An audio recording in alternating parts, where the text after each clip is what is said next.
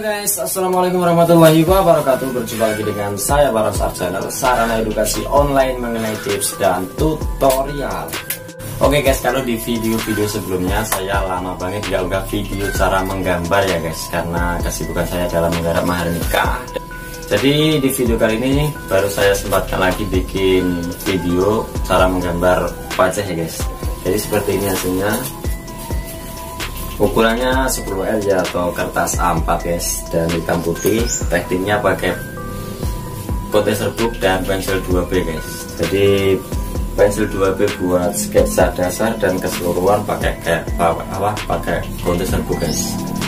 Dan untuk lukisan ini saya ucapkan terima kasih buat sahabat yang sudah mempercayakan kepada saya minta melukiskan seseorang yang spesial di hatinya dalam bentuk lukisan seperti ini, dan diminta juga untuk dibikinkan video guys. Jadi kebetulan banget sekalian saya bikin konten, jadi gitu guys ceritanya. So buat kalian yang masih bingung cari kado-kado buat anniversary, kado ulang tahun, kado nikah, yang mungkin seperti ini bisa jadi referensi ya guys. Jadi melukiskan seseorang yang spesial di hati kalian dan memberikan lukisan tersebut pada orang tersebut mungkin bisa sangat berkesan sekali dan pastinya sangat spesial guys. Oke, yang penasaran prosesnya guys, silahkan ikuti video ini dari awal sampai selesai.